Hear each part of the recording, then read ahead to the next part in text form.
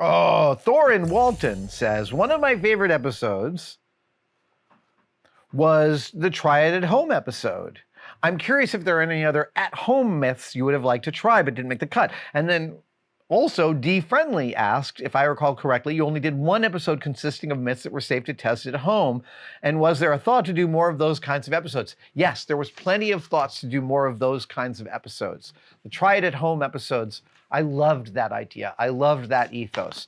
There is a very specific mindset that can take the stuff we did at MythBusters and figure out a safe way to execute that stuff at home. And I do not have that mindset.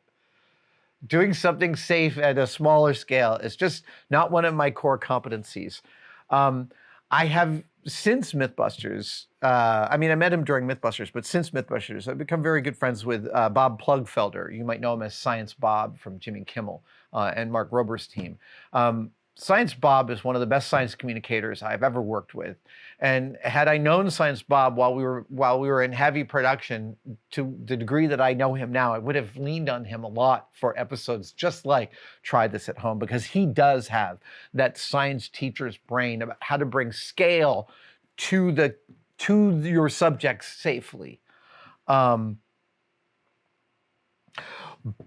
what both of these questions have in them this idea of what would you do now?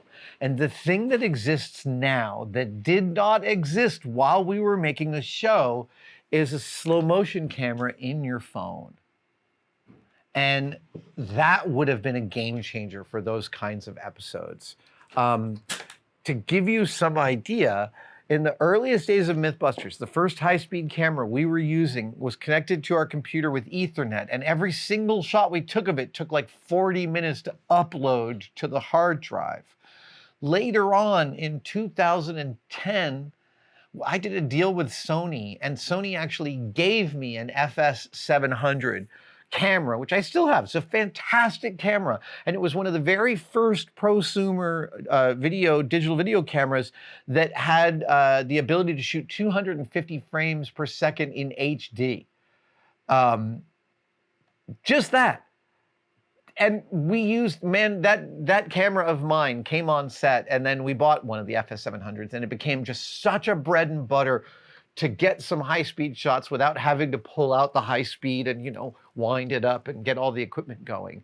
And the fact that we can now do that on the phone is insane. That's just like, so I think there would have been some really, really fun things we could have suggested people do with a high-speed camera on their phones, like looking at the laminar versus turbulent flow of water under different conditions, watching whether something bounces or how high it bounces. I mean, there are few things more interesting in parsing the natural world to me than a high-speed camera. It's why Tested and the Slow-Mo guys are going to do a collaboration at least once a year in perpetuity until one of us retires. Who knows when that might be.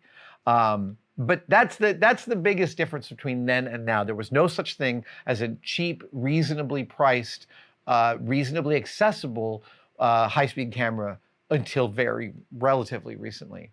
Let's see here.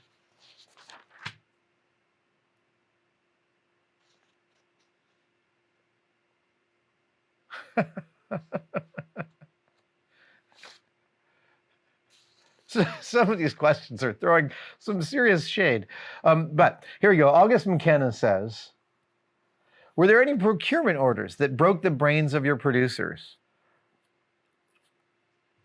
I get a chuckle out of thinking about you and Jamie asking, we need thousands of ping pong balls at the waterfront in a couple of weeks. Thanks. Yes, procurement orders. I can't remember if I've told this story recently. Animal birthing lubricant. Have I told that story? Okay, I have. Okay, the other one is the very one you bring up, the ping pong balls. So we needed like 20 to 30,000 ping pong balls to raise a boat from under the water, which is a Donald Duck comic book myth. that we did early in our tenure. I think this is like season 3 or 4. And do you remember when I said location management was one of the most important things for our producers? They were also really great.